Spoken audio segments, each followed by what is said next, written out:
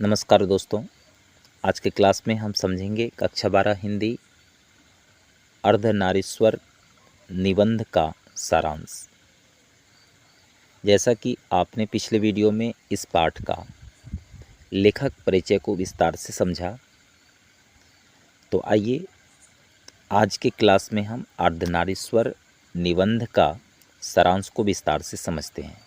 लेखक रामधारी सिंह दिनकर इस निबंध में नारी और पुरुष के बीच किए जाने वाले जो भेदभाव का विरोध करते हुए दोनों की समानता पर बल दिया है।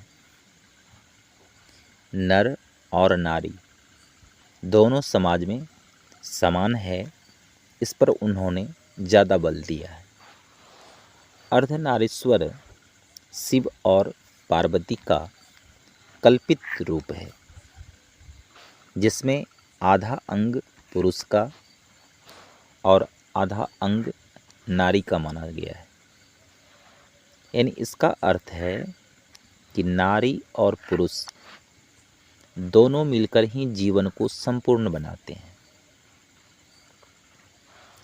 प्राचीन समय में नारी को पुरुष के समान अधिकार प्राप्त थे, परंतु कृषि के आविष्कार के बाद नारी घर तक सीमित हो गई और पुरुष बाहर काम करने लगा।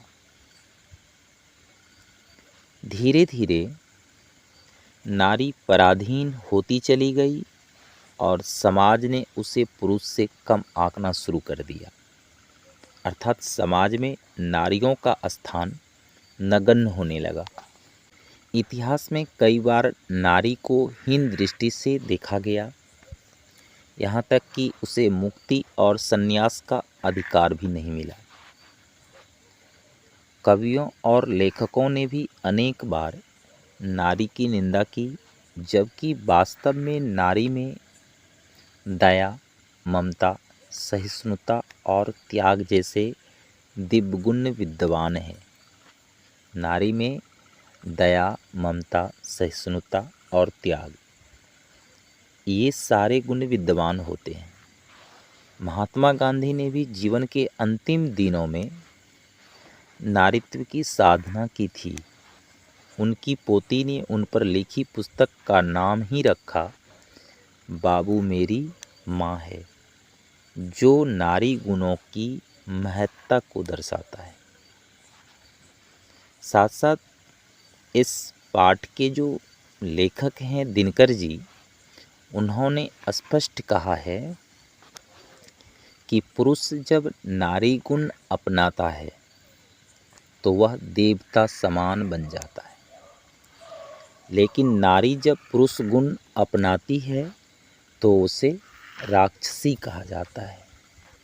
यह जो सोच है वह गलत है। अर्थात नर और नारी दोनों एक ही द्रव्य की दो प्रतिमाएं हैं। तो अर्धनारीश्वर निबंध से हमें यह संदेश मिलता है कि नारी और पुरुष एक दूसरे के पूरक हैं। किसी एक के गुण को दोष नहीं कहा जा सकता और समाज को चाहिए कि नारी को उसके उचित अधिकार और सम्मान दे, तभी वास्तविक अर्थों में अर्धनारीश्वर की कल्पना पूर्ण होगी। तो आज के क्लास में बस इतना ही। वीडियो पसंद आए तो लाइक, सब्सक्राइब एंड शेयर ज़रूर करें। धन्यवाद।